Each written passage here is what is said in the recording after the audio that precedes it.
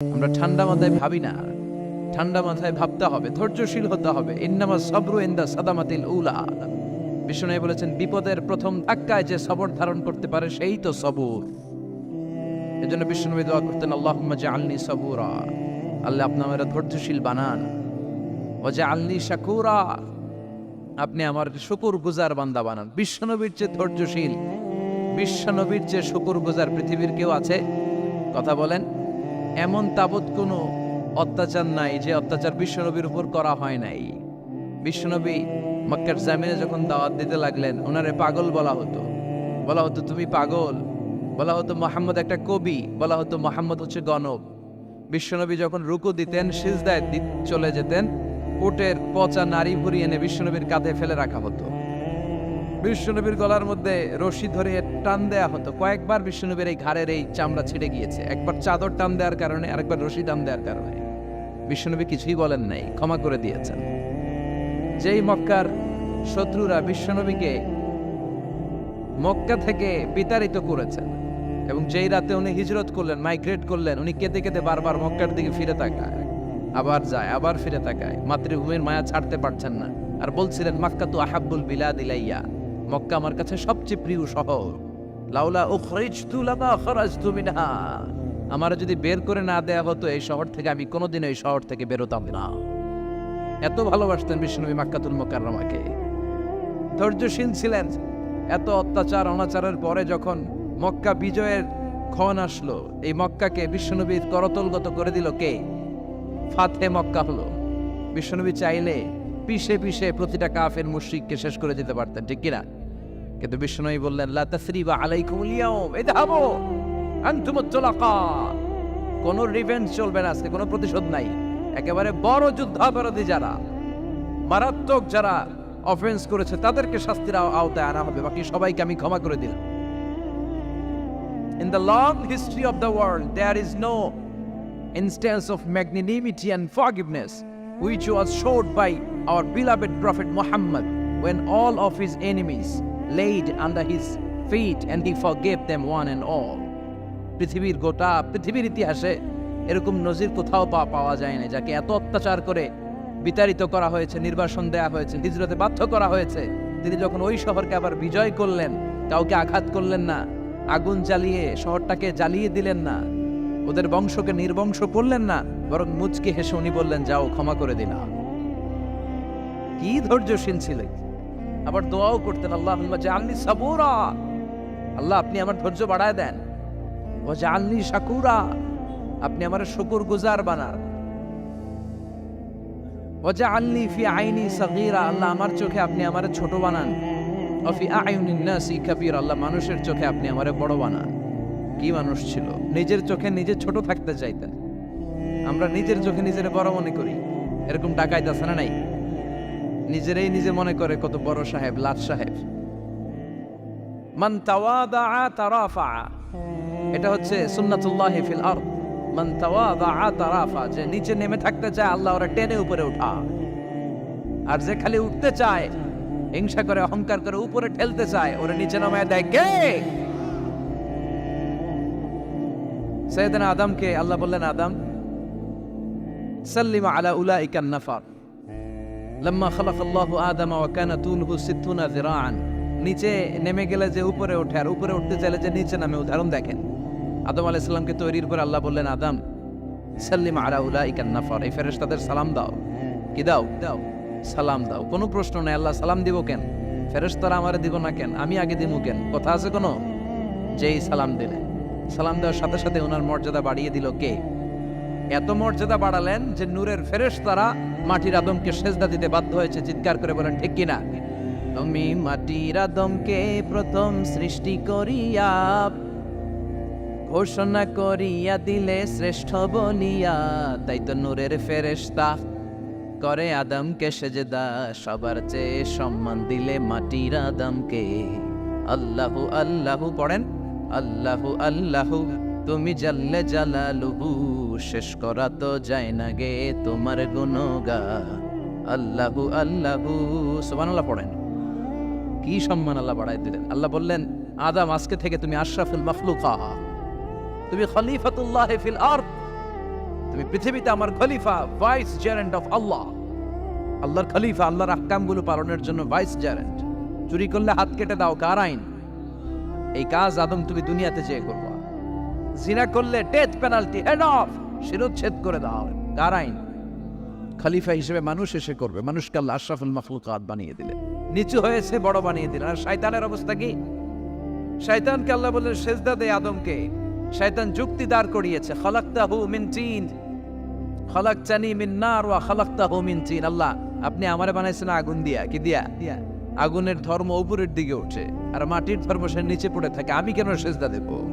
শয়তানকে চিরকালের জন্য ইবলিস মালউন, অভিশপ্ত আর জাহান্নামী হিসেবে ঘোষণা দিয়ে দিল কে? এজন্য আপনি ছোট থাকতে চাইবেন, আপনারা বড় বানাবে কে? আর আপনি নিজে যদি বলেন আমি বড়, থাপ্পড় মেরে আপনারা নিচে নামাই দিবে কে? এজন্য বিশ্বনবী দোয়ায় বলতেন, আল্লাহুম্মা জাআলনি সাবুরা ওয়াজআলনি শাকুরা ওয়াজআলনি ফি আইনি সাগীরা ওয়া ফি আয়ুনিন নাসি কাবীরা। ও আল্লাহ, আপনি আমারে ধৈর্যশীল বানান, আপনি আমারে শুকরগুজার বান্দা বানান, আমার চোখে আমারে আপনি ছোট বানান, মানুষের চোখে আপনি আমারে বড় বানান। সুবহানাল্লাহ পড়েন। এজন্য সবসময় শুকরগুজার থাকার চেষ্টা করতে হবে। রাজি আছেন তো? যে কোনো মুহূর্তে, যে কোনো পরিস্থিতিতে আমরা শুকরিয়া করব কার? চিল্লায় বলেন কার? আমরা যেন বেশি বেশি আল্লাহ তাআলার শুকরিয়া আদায় করতে পারি। আল্লাহ তুমি তৌফিক দাও। সবাই পড়ি আমিন। উত্তর চান্দোলা হিলফুল ফুজুল ইসলামী সংগঠনের উদ্যোগে আজকের এই তাফসীরুল কোরআনের প্রোগ্রাম। হিলফুল ফুজুল নামটা আমার বড্ড প্রিয়।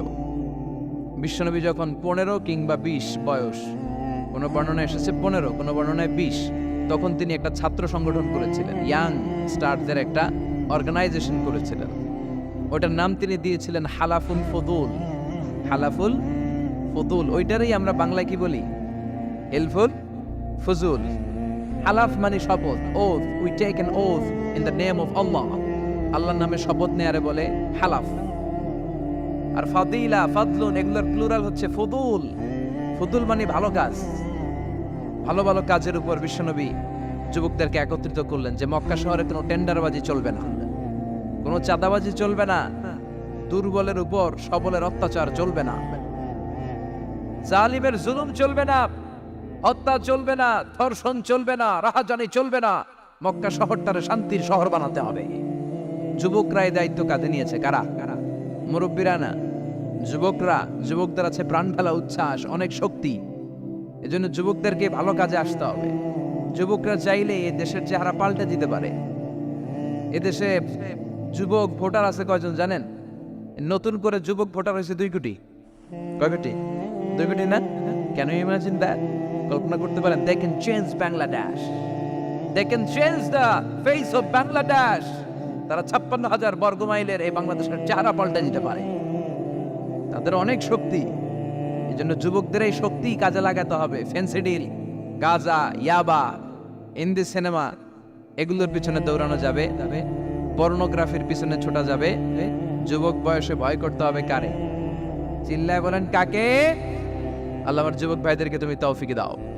বিশ্বনবী এই হালাফুল ফুদুল তিনি গঠন করলেন মক্কাতুল মুকাররমাতে। পুরো মক্কা শহরটা শান্তির শহর হয়ে গেল। সুবহানাল্লাহ। আল্লাহ উত্তর চান্দোলা হিলফুল ফুজুল ইসলামী সংগঠনকে তুমি কবুল করো। আজকের প্রোগ্রামের সভাপতিত্ব করছেন আল্লামা অধ্যক্ষ গোলাম সরোয়ার সাইদি পীর সাহেব, আড়াইবাড়ি দরবার। আমার প্রিয় নানা ভাই আলোচনা করেছেন, বয়ান করেছেন। আল্লাহ নানা ভাইকে কবুল করো। নানা ভাইটা একটু ইয়াং হয়ে গেছে না? হ্যাঁ, অনেক জায়গায় লোকজন খুব বিভ্রান্তিতে পড়ে যায়। ঘটনা কি? আপনি নানা হইলেন কবে, নাতনি হইল কবে, আবার জামাই পেলেন কবে? আমারও বলা যে তুমি যে আমার নানা ভাই বানাইছো, আমি তো এর উত্তর দিতে দিতে কাম সারা। তো আল্লাহ আমার নানা ভাইকে তুমি কবুল করো। তিনি হকের কথা, কোরআনের কথা বলেন। পীর সাহেবদের মুখে এরকম হুঙ্কার দেখা যায় না। কথা কন। এরা থাকে খানকায়, এদের পেট থাকে বড়। সবার কথা বলছি না, বেশিরভাগ। কথা বলেন। এই ভণ্ডামি এই দেশে আছে না নাই? দোদেল বান্দা কালমা চোরে, না পায় শ্মশান না পায় গোরে, দিন থাকিতে আয়রে পথে ছাইড়া দে ভণ্ডামি, ভণ্ডামি ভণ্ডামি ভণ্ডামি, ছাইড়া দে ভণ্ডামি। আছে না নাই?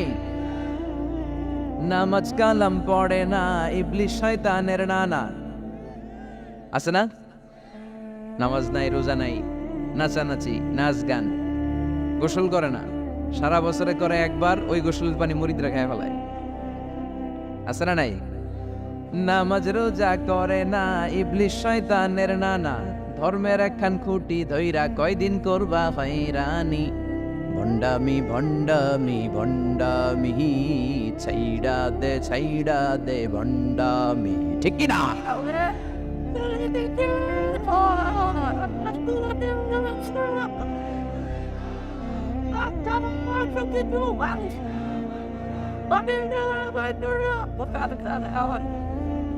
তো এই ভণ্ড পীর ও পীর, আমার নানা ভাইও পীর। কথা কন, পীরে পীরে পার্থক্য আছে না নাই? পীরে পীরে পার্থক্য আছে, এজন্য পীর চিন্তা হবে।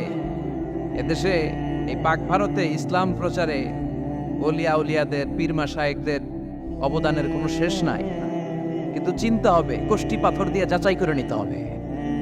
কারণ এই পীরের আদলে অনেক ভণ্ড এই বাংলার জমিন আছে না নাই?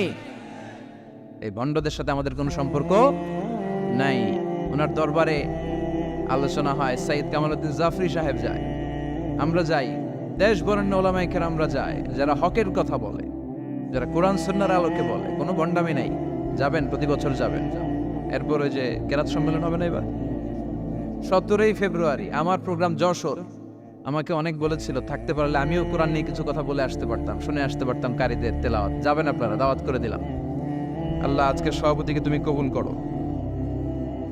তারপরে আজকে কথা বলেছে মাওলানা রফিকুল ইসলাম ভুইয়া সাহেব, আমাদের সভাপতি সিরাতুন নবী ফাউন্ডেশনের চান্দোলার। না, রফিক ভাইয়ের চেনেন এমন কেউ নাই, এজন্য আর কিছু বলতেছি না তার নামে। আল্লাহ রফিক ভাইয়ের তুমি কবুল করো। গোলাম কবির চৌধুরী আল আজহারি আসতে পারে নাই, আমার বন্ধু মানুষ, একসাথে পড়াশোনা করেছি। এরপর আমার এক মিতা মিজানুর রহমান আতিকি আমার আগে আলোচনা করেছে, আল্লাহ তাকেও তুমি কবুল করো। সালাত নিয়ে কথা বলতেছিলেন। সালাত আউয়ালু মা ইউহাসাবু বিহিল আবদু ইয়াউমাল কিয়ামাতি আস-সালাহ, কিয়ামতের দিন সর্বপ্রথম হিসেব নেওয়া হবে নামাজের, সালাতের। সালাত চিনেন তো? কুরবানির গোশত খাওয়ার মাঝখানে যেটা খায় ওইটা, হ্যাঁ?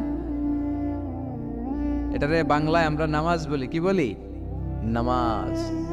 বিশ্বনবী ইন্তেকাল করবেন, রূহ বের হয়ে যাচ্ছে, 2-3টা শব্দ বললেন, এর মধ্যে একটা ছিল সালাত। আর সালাত, উম্মতেরা নামাজ, নামাজ, নামাজ ছেড়ে দিও না।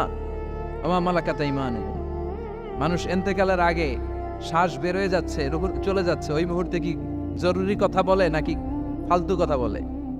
সবচেয়ে জরুরি কথাটাই তখন সে বলে যায়, ঠিক কি না? কথা বলেন। বিষ্ণু বলেছিলেন নামাজ। তাহলে এই সালাতের গুরুত্ব আছে না নাই? সর্বপ্রথম এই সালাতের ব্যাপারে in the day of judgement আমাদেরকে প্রশ্ন করবে কে? সালাতে কায়েম করো, সালাতে কায়েম করো, হবে সম্মানী তুমি, হবে জান্নাতি তুমি, হবে সম্মানী তুমি, হবে জান্নাতি তুমি। দিবে কাল হাসরে শীতল ছায়া হারশে আজিম, রব্বিয়াল আলা রব্বিয়াল আযীম, রব্বিয়াল আলা রব্বিয়াল আযীম। সুবহানাল্লাহ পড়ে।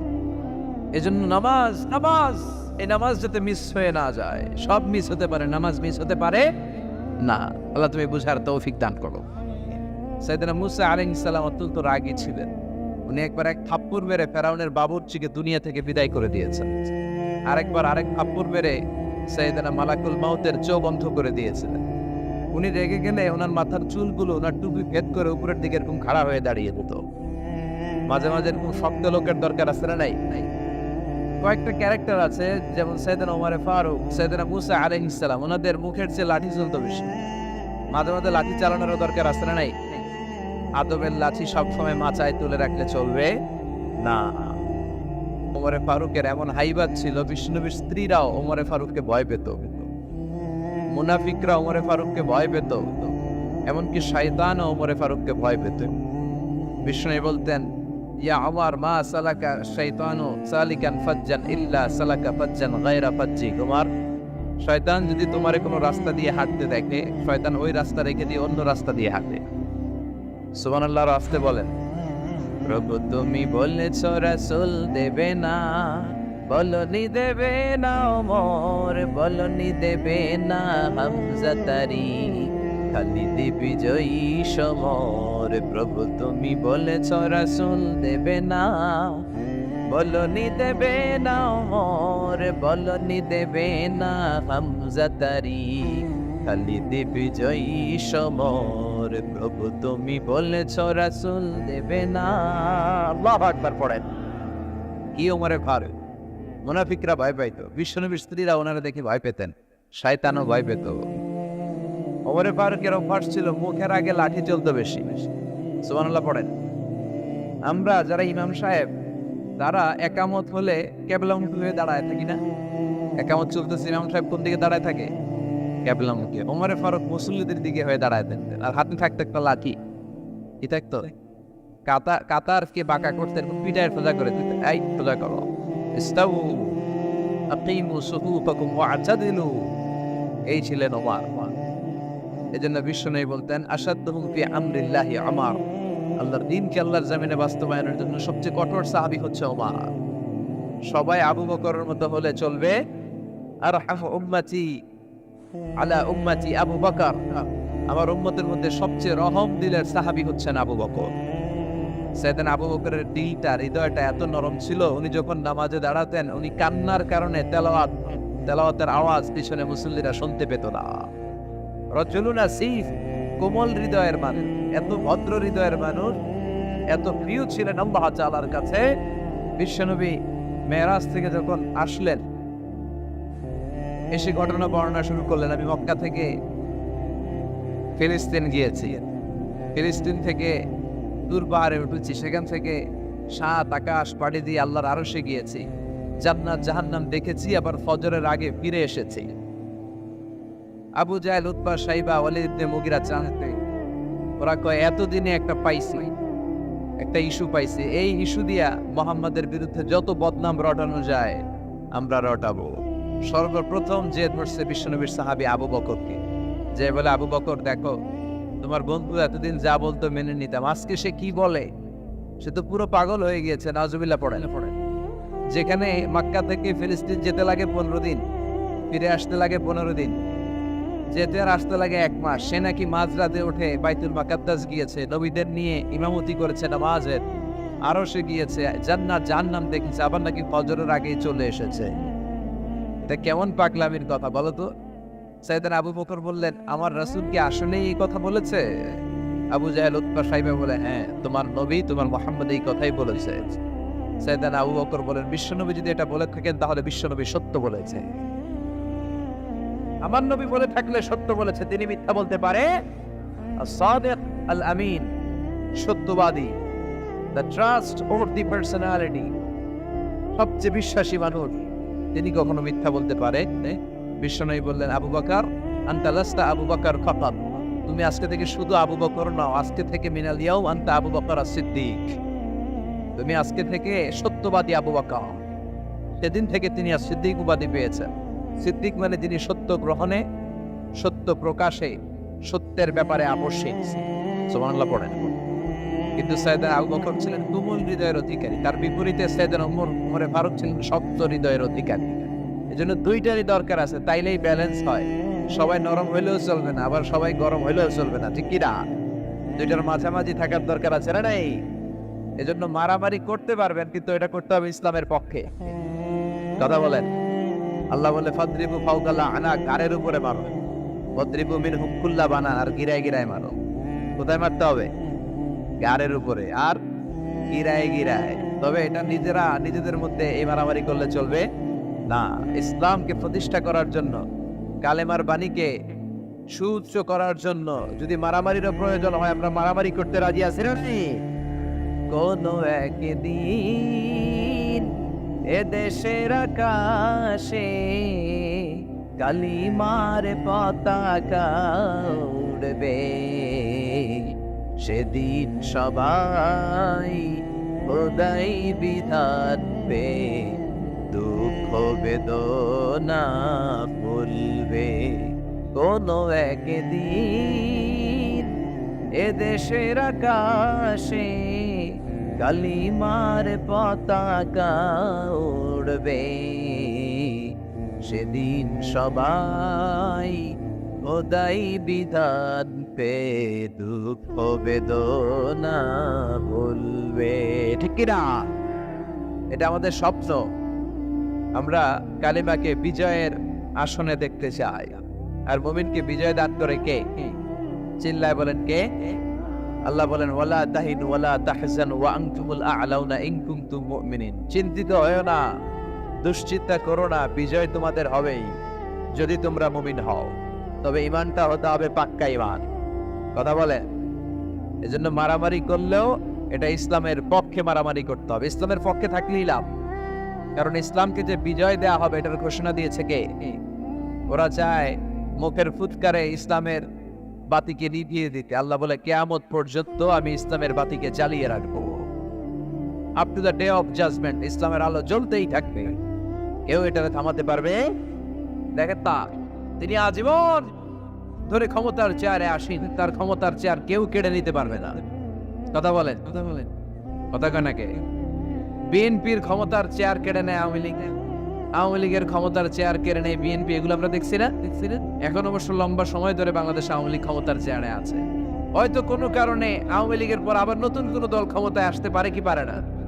এভাবে পৃথিবীর রদবদল হয়। আজীবনের জন্য কেউ ক্ষমতার চেয়ারে বসে থাকতে পারে একজন ছাড়া। তিনি কে? আল্লাহ। সেই যে ক্ষমতার চেয়ারে বসছে, কেউ আল্লাহর ক্ষমতার চেয়ার কেড়ে নিতে পারবে? চিল্লায় বলেন পারবে?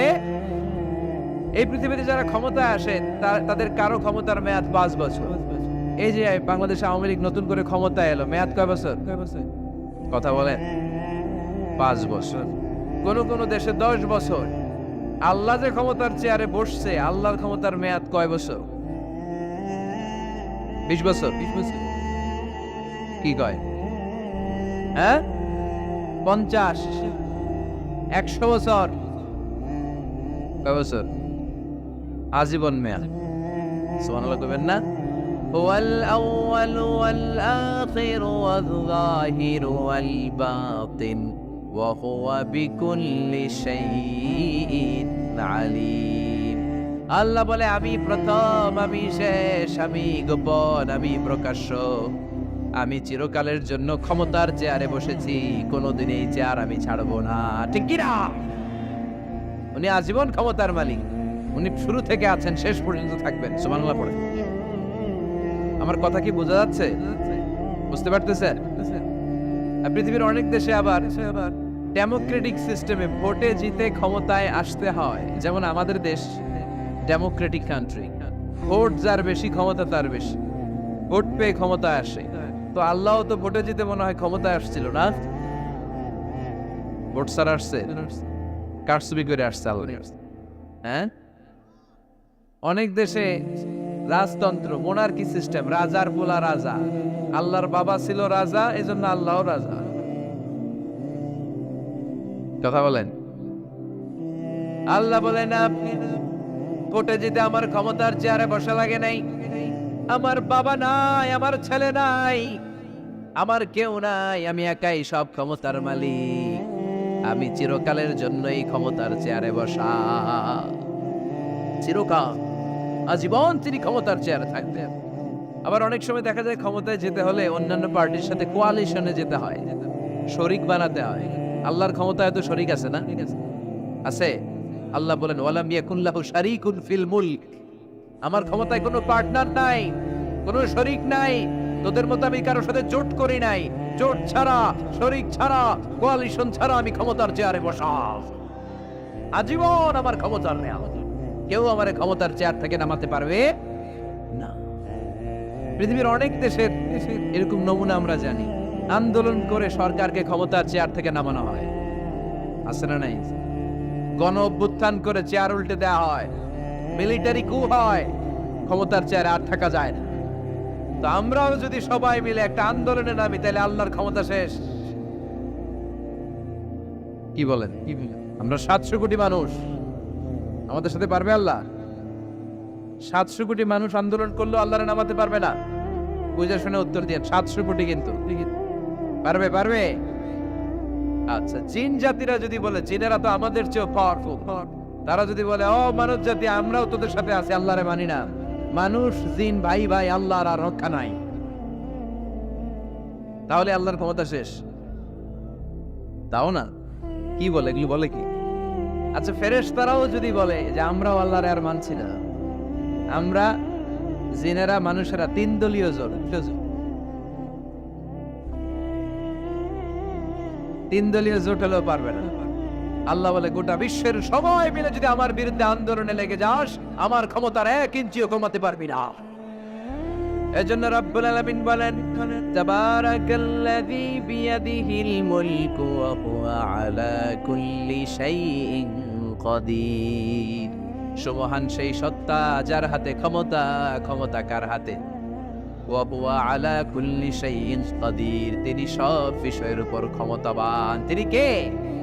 তিনি চাইলে পাহাড়কে দরিয়া করতে পারে, তিনি চাইলে দরিয়াকে পাহাড় করতে পারে, তিনি চাইলে ধনীকে গরিব করতে পারে, গরিবকে ধনী করতে পারে, তিনি চাইলে সম্মানিতরে অপমানিত করতে পারে, আবার চাইলে অপমানিতরে সম্মানিত করতে পারে। তিনি কে? ফাআলুন লিমা ইউরিদ, তিনি যা ইচ্ছা তাই করতে পারেন।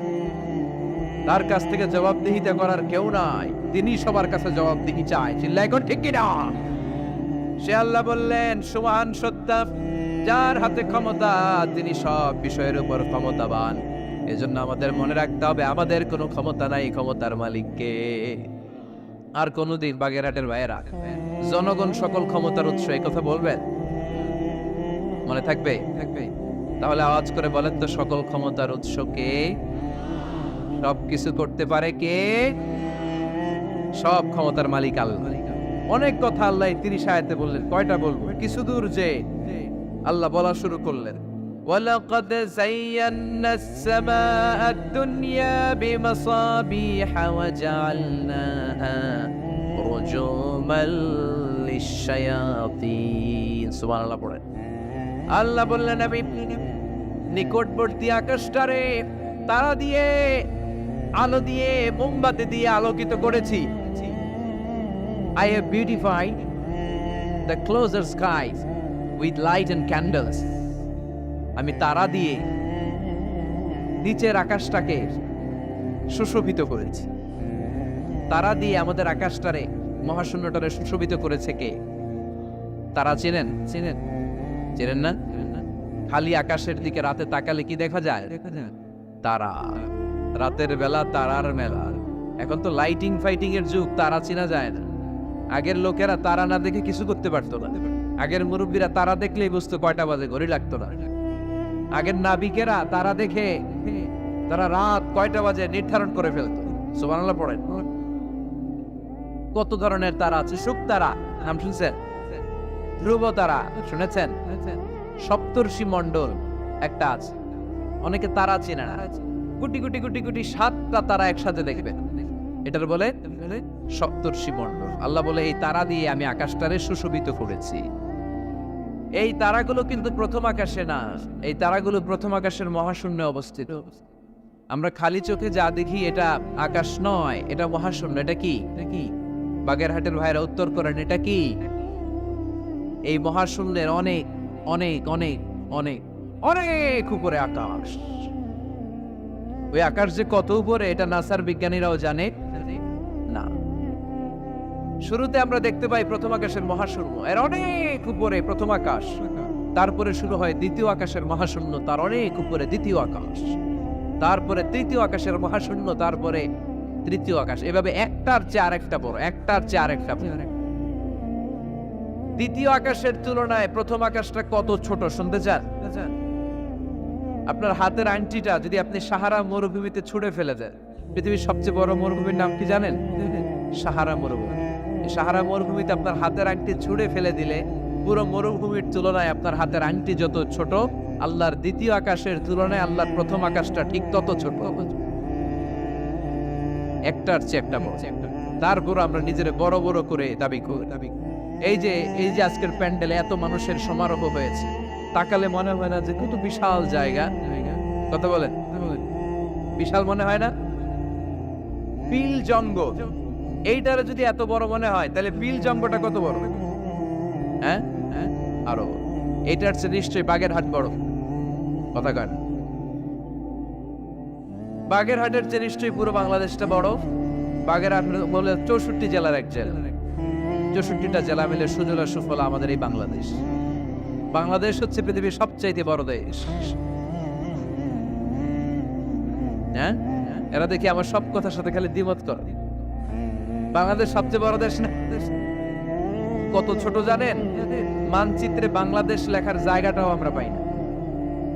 বাংলাদেশ এটা লিখতে গেলে BAN পরে ইন্ডিয়ার উপরে, GLA পরে বাংলাদেশের উপরে, আবার DESH পরে আবার ইন্ডিয়ার উপরে। আমাদের বাংলাদেশটা এত ছোট, বাংলাদেশ লেখার জায়গাটাও মানচিত্রে আমাদের জন্য না। এত ছোট দেশ, এত ছোট। ইন্ডিয়া প্রায় 20-25 গুণ বড় আমাদের চেয়ে। আমেরিকা, কানাডা শতগুণ বড়। রাশিয়া একটা দেশ আছে কয়েকশো গুণ বড়। এরকম 200টা বিশাল দেশ মিলে পৃথিবী, 200টা দেশ মিলে পৃথিবীর 30 ভাগ, বাকি 70 ভাগ শুধু পানি। বাকি 70 ভাগ কি? স্থল আর জল মিলে আমাদের পৃথিবী। তাহলে আজকের এই প্যান্ডেলের জায়গার তুলনায় পুরো পৃথিবীটা কত বড়? সুবহানাল্লাহ কইতে পারলেন না? তাহলে এই পৃথিবীটা আমাদের কাছে এখন পর্যন্ত যেটা আমরা আলোচনা করলাম বোঝা গেল অনেক বড়, এত বড় পৃথিবী। কিন্তু আমরা শুনতে পাই যে সূর্যটা আমরা দেখতে পাই দিনের বেলা, ওই সূর্যটা নাকি এই বিশাল পৃথিবীর চেয়ে 13 লক্ষ গুণ বড়। চিন্তা করতে পারেন? খালি তো মাথা নাড়াইতেছেন। আসলে কি আমরা চিন্তা করতে পারি? 13 লক্ষটা পৃথিবী সূর্যের মধ্যে রেখে দেওয়ার জায়গা করে দিয়েছে কে? 9 কোটি 30 লক্ষ মাইল দূরে সূর্য 8 মিনিট 18 সেকেন্ড সময় নিয়ে নেয় আলো পৌঁছাতে। এত বিশাল সূর্য। তার মানে কি সূর্যটাই সবচেয়ে বড়? এর চেয়ে অনেক বড় বড় তারা আছে। সূর্যের পরে পৃথিবীর সবচেয়ে কাছের তারার নাম প্রক্সিমা সেন্ট্রাই। গুগল করলে দেখবে যে কত তারা। এরপরে Alpha Centauri A, Alpha Centauri B, এভাবে তারা শুরু। এটা ক্যারিনা, ব্যাটেলজিউস। যেই সূর্য পৃথিবীর চেয়ে 13 লক্ষ গুণ বড়, ব্যাটেলজিউস নামে একটা তারা আছে, ওই তারা সূর্যের চেয়ে 33 কোটি গুণ বড়। তার মানে কি ব্যাটেলজিউসই সবচেয়ে বড় তারা? এটা ছোট্ট সাইজের তারা। এইটার চেয়েও কত হাজার কোটি গুণ বড় তারা যে মহাশূন্যে আছে তার কোনো ইয়ত্তা আমাদের নাই। এরকম হাজার হাজার million trillion zillion billion octillion তারা মিলে আমাদের এই গ্যালাক্সিটা গঠিত। আমাদের গ্যালাক্সির নাম মিল্কি ওয়ে। আমাদের গ্যালাক্সির নাম শুনছেন না? বিজ্ঞানে আমরা পড়ছি না? আমাদের গ্যালাক্সির নাম মিল্কি ওয়ে। আমাদের গ্যালাক্সির পরে আমাদের সবচেয়ে কাছের গ্যালাক্সির নাম অ্যান্ড্রোমেডা। কি নাম? আমাদের গ্যালাক্সি থেকে অ্যান্ড্রোমেডাতে পৌঁছতে 2.5 মিলিয়ন লাইট ইয়ার লেগে যাবে যদি লাইটের গতিতে আমরা ছুটি। 2.5 মিলিয়ন লাইট ইয়ার। 1 মিলিয়নে 10 লাখ, 2.5 মিলিয়নে 25 লক্ষ লাইট ইয়ার। এই পৃথিবীতে সবচেয়ে দ্রুতগামী যে জিনিসটার আবিষ্কার হয়েছে সেটার নাম আলো। সেটার নাম সবাই বলেন। আলো সবচেয়ে দ্রুত ছোটে। কত দ্রুত জানেন? 1 সেকেন্ডে 1,86,000 মাইল বেগে ছোটে। 1 ঘন্টায় না, 1 মিনিটে না, 1 সেকেন্ডে ছোটে কদ্দূর? আরে 1 সেকেন্ড কইতে তো 2 সেকেন্ড লাগে। 1 সেকেন্ড এটা বলতে বলতে 2 সেকেন্ড লেগে যায়, কিন্তু 1 সেকেন্ডে নাকি সে 1,86,000 মাইল দূর চলে গেছে। এই আলোর গতি সম্পন্ন একটা রকেট যদি কেউ বানাতে পারে, যে রকেটটাও আলোর মতো সেকেন্ডে 1,86,000 মাইল বেগে ছুটবে, এরকম রকেট যদি বানানো যায়, তাহলে এই রকেট দিয়ে আমাদের গ্যালাক্সি থেকে আমাদের প্রতিবেশী গ্যালাক্সি অ্যান্ড্রোমেডাতে পৌঁছতে 25 লক্ষ বছর লেগে যাবে। সুবহানাল্লাহ বাড়িতে যায় বলবেন সবাই, চিৎকার করে পড়েন আল্লাহু আকবার। সে আল্লাহ বললেন, লাকাদ যায়্যানাস সামাআদ দুনিয়া বিমাসাবিহা ওয়া জাআলনাহা রুজুমান লিশ-শায়াতিন। আমি তোমাদের জন্য দুনিয়ার আকাশটারে সুন্দর সুন্দর তারা দিয়ে সুশোভিত করেছি। এরকম বিশাল বিশাল তারা, দেখতে তো মনে হয় ছোট্ট একটা ডটের মতো না, একটা ফোঁটার মতো মনে হয় না তারাগুলা? এত বিশাল বিশাল তারা মহাশূন্যে রেখেছে কে?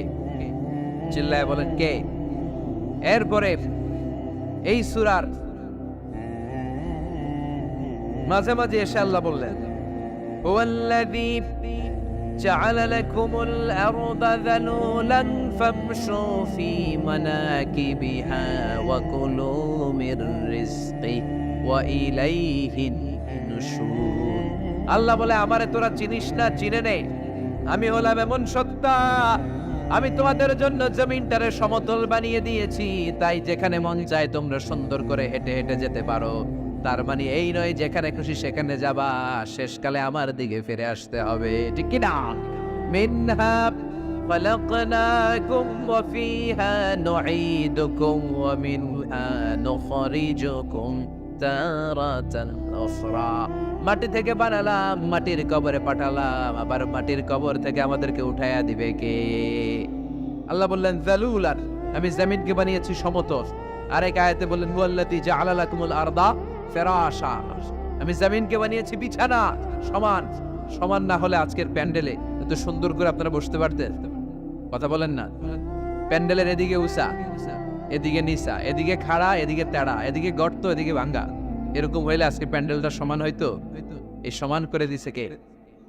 আমরা যখন বিমানে চড়ি, বিমানের জানলা দিয়ে নিচে তাকালে দেখা যায় আল্লাহ কেমন মনে হয় যে সবুজ কার্পেট বিছাই দিছে।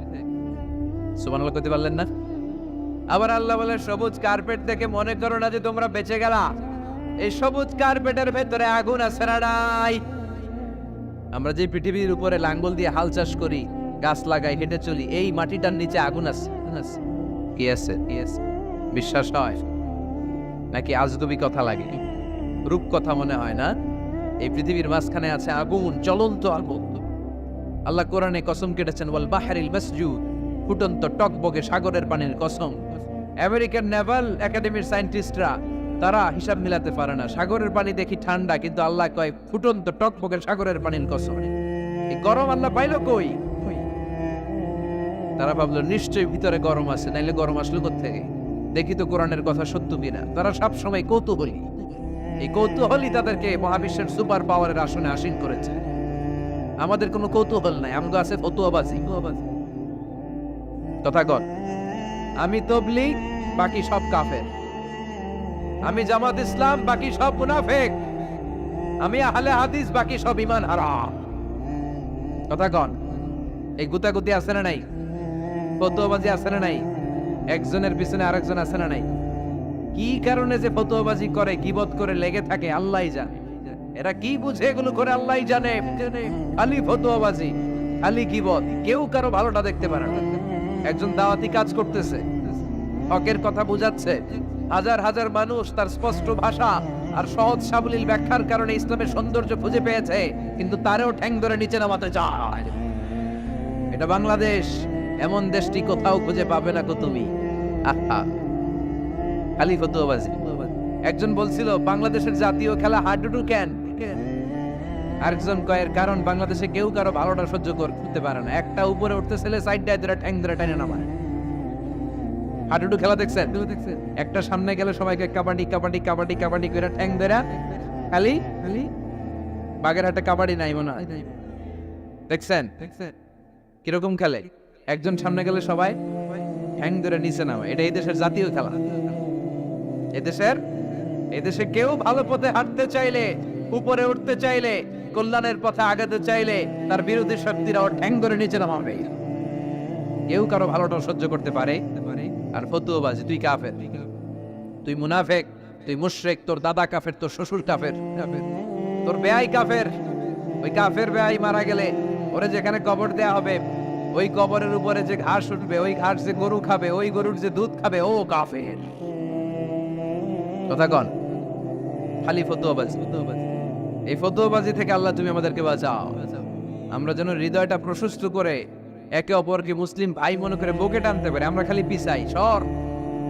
বিশ্বনবী আসছে কাছে টানার জন্য, আমরা খালি পিছাই, খালি অন্যের দোষ খুঁজি। নিজের মধ্যে যে কত দোষ, নিজের মধ্যে দোষের শেষ নাই, ওইদিকে কোনো চিন্তা নাই। তো মক্কায় সবচেয়ে বড় কুস্তিগিরের নাম ছিল রুকানা। কি নাম?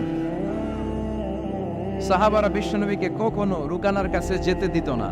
সাহাবারা ভাবতো বিশ্বনবী যদি রুকানার দরবারে যায় আর রুকানা যদি বক্সিং মেরে বসে, তাহলে বিশ্বনবীর মানিজ্যত নিয়ে টানাটানি।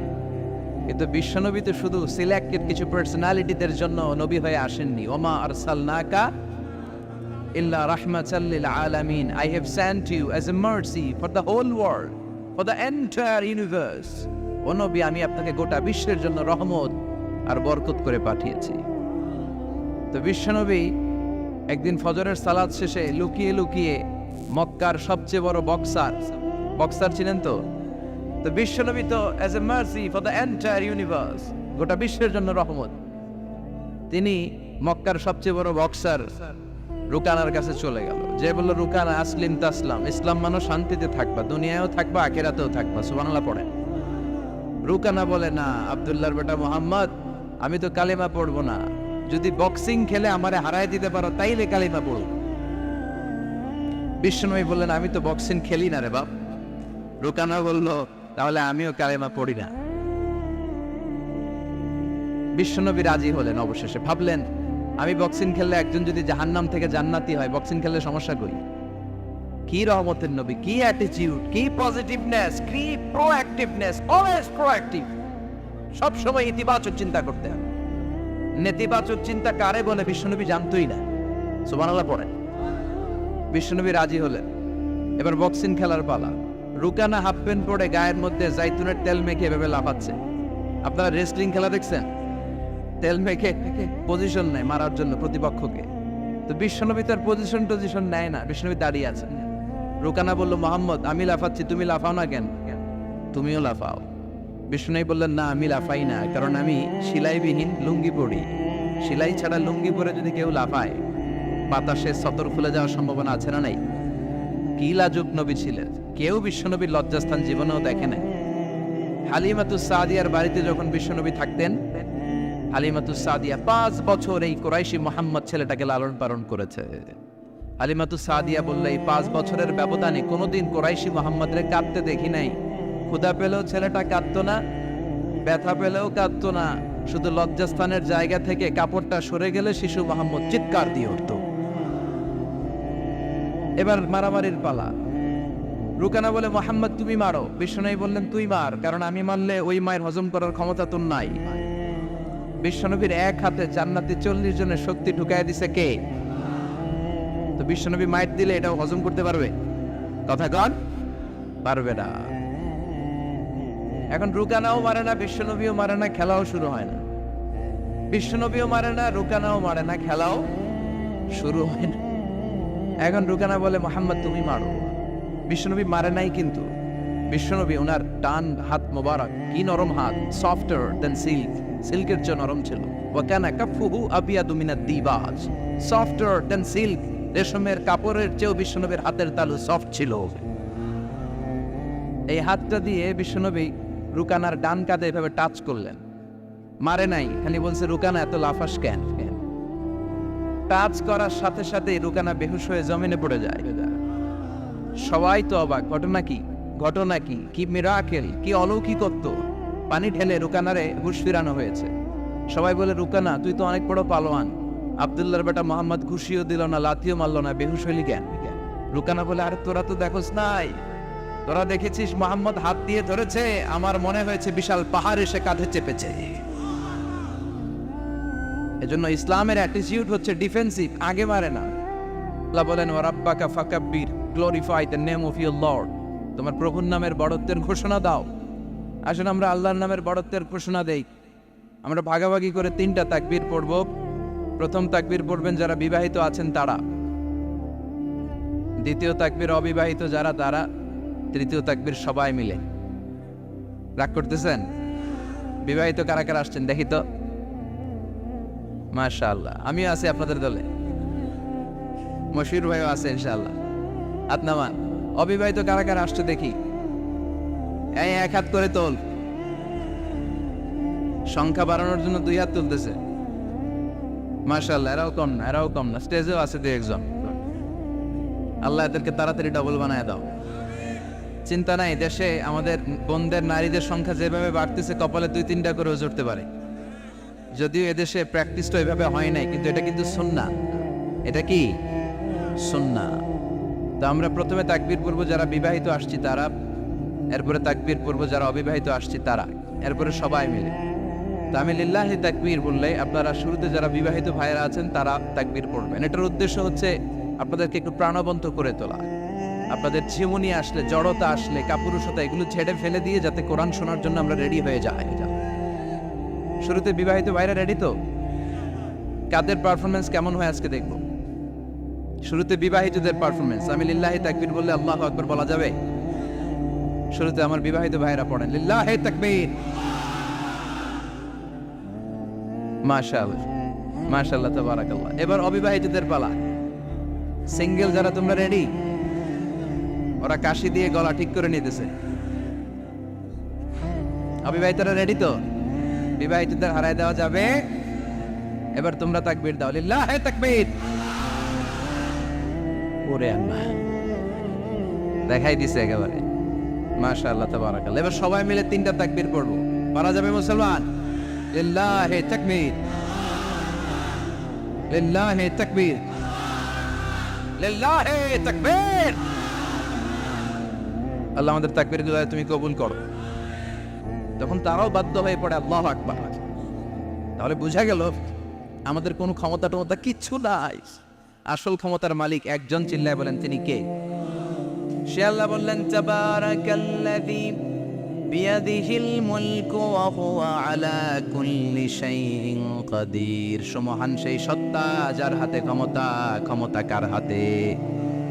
সব ক্ষমতার মালিক আল্লাহ। তবে আমাদেরকেও আল্লাহ কিছু ক্ষমতা দিয়েছে, এটা লিমিটেড। এটা কি?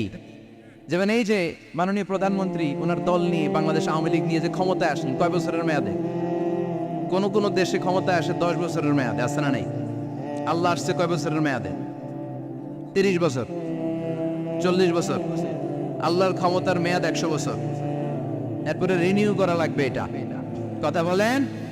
আল্লাহ বলেন হুয়াল আউয়ালু ওয়াল আখিরু ওয়াল যাহিরু ওয়াল বাতিন ওয়া হুয়া বিকুল্লি শাইইন আলিম। আমি প্রথম, আমি শেষ, আমি প্রকাশ্য, আমি গোপন। ঠিক কিনা?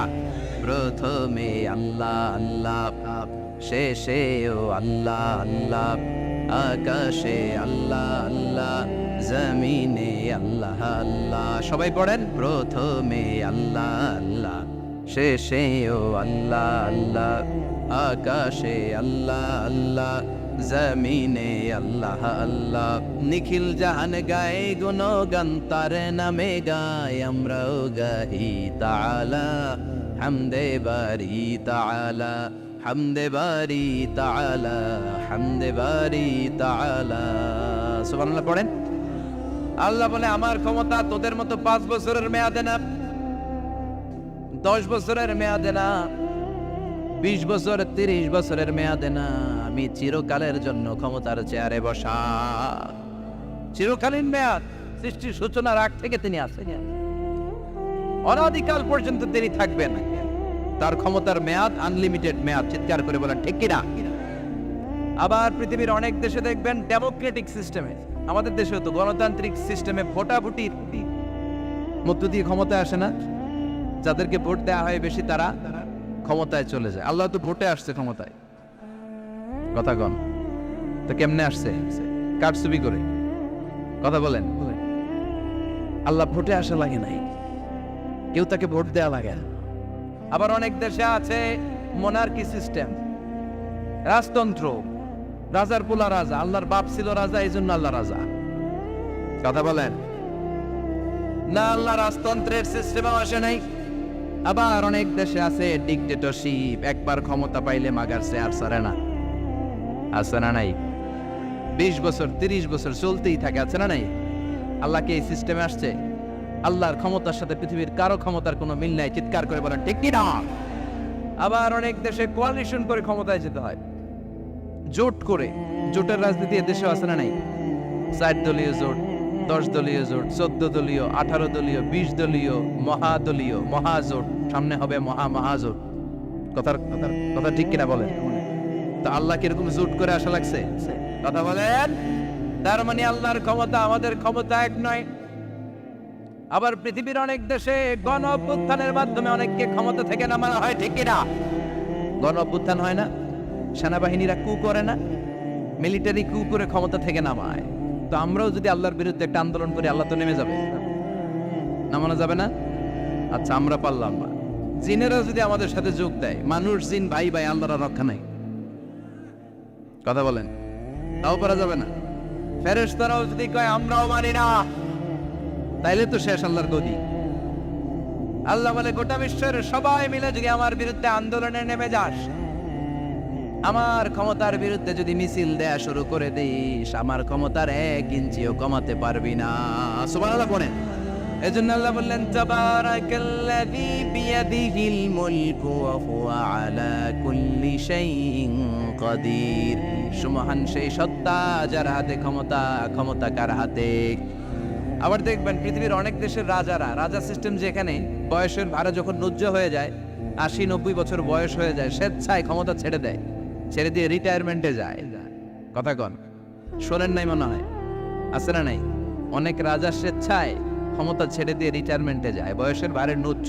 তা আল্লাহ তো ওই কবে থেকে ক্ষমতায় বুড়ো হয়ে গেছে না? কথা কন, এখন আল্লাহর চলতে লাঠি লাগে, আগের মতো ক্ষমতা নাই, চোখে সানগ্লাস লাগে, পাওয়ারওয়ালা গ্লাস ছাড়া আল্লাহ মনে হয় দেখে না। কথা কন, যে ফেরাউনকে আল্লাহ সাগরের জলে ডুবিয়ে মারলো, যেই নমরুদকে আল্লাহ শেষ করে দিল, যেই কারণকে আল্লাহ শেষ করে দিল, সে আল্লাহ আজও আগের ক্ষমতা নিয়ে ছেড়ে নাই। এজন্য বিয়াদিহিল মুলক, তার হাতে ক্ষমতা। ওহুয়া আলা কুল্লি শাইইন কাদির, তিনি চাইলে সব করতে পারেন। তিনি রাজারে প্রজা বানাতে পারেন, প্রজারে রাজা বানাতে পারেন, ধনীরে গরিব বানাতে পারেন, গরিবরে ধনী বানাতে পারেন। তিনি সাগরকে মরুভূমি করতে পারেন, মরুভূমিকে দরিয়া করে দিতে পারেন। তিনি কে?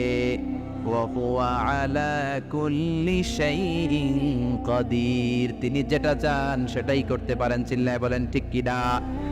এরপর আল্লাহ বললেন আল্লাযী খালাকাল মাউতা ওয়াল হায়াতা লিয়াবলুয়াকুম আইয়ুকুম আহসানু আমালা। ও আল্লাহর আদেশে দেহে ঢুকে আল্লাহর আদেশে বের হয়ে যায়, ঠিক কি না? এই যে ছোট্ট বাচ্চাটার দেহের ভিতরে যে রূহ ঢুকলো, কে দিল? 120 দিনের আগে মানব শিশুর দেহের ভিতরে কিন্তু রূহের ফুৎকার হয় না। সহিহ বুখারীর বর্ণনা 40-40-40, 340-এ কত? কথা বলেন।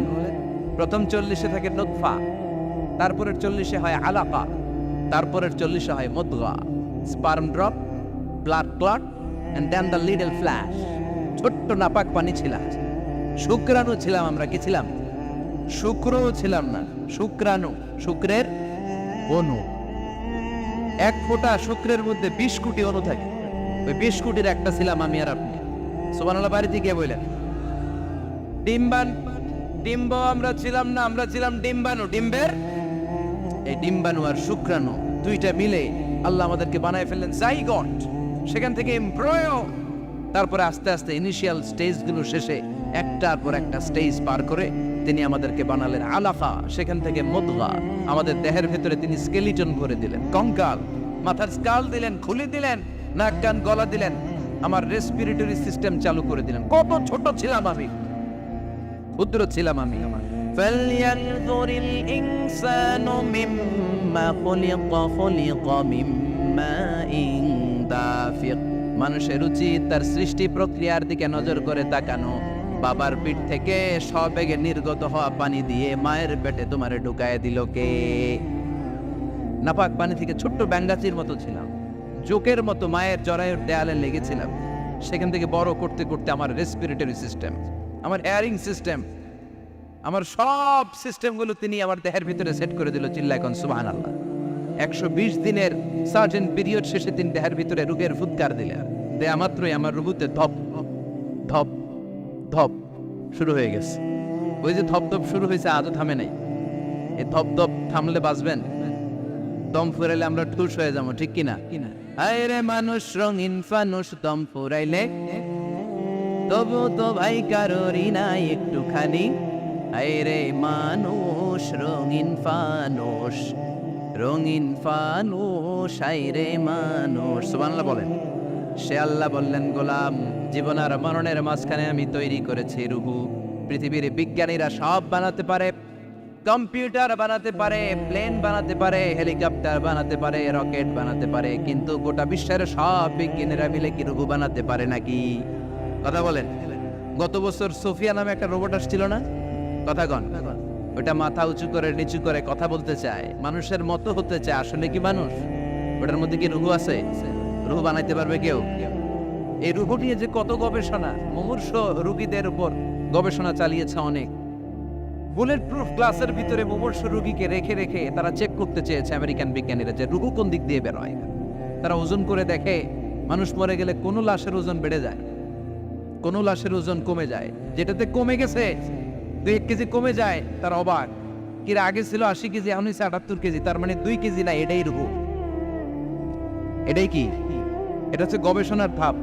অনেকগুলো মডিউল তারা আনে, অনেক মুমূর্ষ রোগীকে গ্লাস ফিটিং করা, ইন্টেন্সিভ কেয়ারে রেখে তারা অবজার্ভ করে, আর অক্সিজেন মাস্ক খুলে দিয়ে তারা দেখে যে লোকটা ছটফট করে কিভাবে মরে। মরার আগে ওজন মাপ ছিল 80 কেজি, মরে গেছে পরে আবার ওজন দিয়ে দেখে 78 কেজি। কমছে কয় কেজি?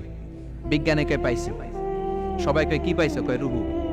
কই পাইলেন? কয় আগে 80 এখন 78, 2 কেজি। রুহুর ওজন কয় কেজি? তো বিজ্ঞানীদের সিস্টেম হচ্ছে যে কোনো একটা বিষয়ের উপর গবেষণা চালালে তারা পূর্ণাঙ্গ ডিসিশনে পৌঁছতে পারে না। They couldn't jump to the final conclusion just on one module, based on one module. They cannot do it. তাদের অনেকগুলো মডিউল আনতে হয়। তারা আবার নমুনা আনলো আরেকটা, মুমূর্ষ রোগী, অক্সিজেন চেম্বার লাগানো, মাস্ক লাগানো, এটা খুলে ফেললে মরে যাবে। বুলেট প্রুফ করা গ্লাসের ভিতরে ঢুকিয়ে এটার ওজন মাপ, এটার ওজন 60 কেজি। এবার মাস্ক খোল, মাস্ক খুলছে ছটফট ছটফট করে, এটা শেষ। এবার মাপ দেখ, এবার মাইপা দেখা গেছে 63 কেজি। কয় কেজি বাড়ছে? এক একটার এক এক সিস্টেম হইতেছে, কোনোটা কমে, কোনোটা বাড়ে, কোনোটা কিচ্ছু হয় না। সবাই কয় তাইলে আপনি রুহু পাইলেন কই? আগেরটা কম ছিল, মনে করছিলেন 2 কেজি কমছে, ওইটাই রুহু, এখন 3 কেজি বাইরে গেছে, মিলাইবেন কি দিয়া? কথা কন। আল্লাহ ডেকে বলে, গোলাম কিয়ামত পর্যন্ত একটার পর একটা মুমূর্ষ রোগীকে বুলেট প্রুফ গ্লাসের ভেতরে ঢুকাতে পারবি, গবেষণা করতে পারবি, মাগার রুহু খুঁজে পাবি না। চিল্লায় বলেন ঠিক কিনা? কারণ এই রুহুর মালিক কে? সে আল্লাহ বললেন, আল্লাযী খালাকাল মাউতা ওয়াল হায়াতা লিয়াবলুয়াকুম আইয়ুকুম আহসানু আমালা। জীবন আর মৃত্যু বানালাম তোমাদেরকে পরীক্ষা করার জন্য। পরীক্ষা আছে না নাই? গোটা দুনিয়াটাই পরীক্ষা। আল্লাহ যারে পছন্দ করে বেশি তার পরীক্ষাও। আশাদ্দুন নাসি বালাআন আল আম্বিয়া। এই পৃথিবীতে আল্লাহ সবচেয়ে বেশি বালা মুসিবত দিয়ে পরীক্ষা করেছেন নবীদের। কারণ নবীরা আল্লাহর কাছে কম প্রিয় না বেশি প্রিয়? যেহেতু প্রিয় বেশি, পরীক্ষাও। এজন্য মুমিনের উপর যদি পরীক্ষা আসে, মুমিনের উপর যদি অত্যাচার আসে, মুমিনের উপর যদি ধৈর্যের পরীক্ষা আসে, জেল জরিমানা আসে, মুমিন ওইটারে ভয় পায় না। মুমিন ভয় পায় একজনকে। চিল্লায় বলেন তিনি কে? কারণ আল্লাহর ঘোষণা, ওয়ালা তাহিনু ওয়ালা তাহজানু। ঘোষণাটা কার? ভয় নাই, তোদের চিন্তা নাই। আনতুমুল আ'লাউনা ইন কুনতুম মুমিনিন। তোমরাই বিজয়ী হবা যদি মুমিন হও। যদি মুমিন হও। এজন্য ধৈর্যের পরীক্ষা দিতে হবে, আল্লাহর উপর তাওয়াক্কুল করতে হবে, অত্যাচার আর জুলুম আল্লাহর নামে সহ্য করে যেতে হবে। চিল্লায় বলেন ঠিক কিনা?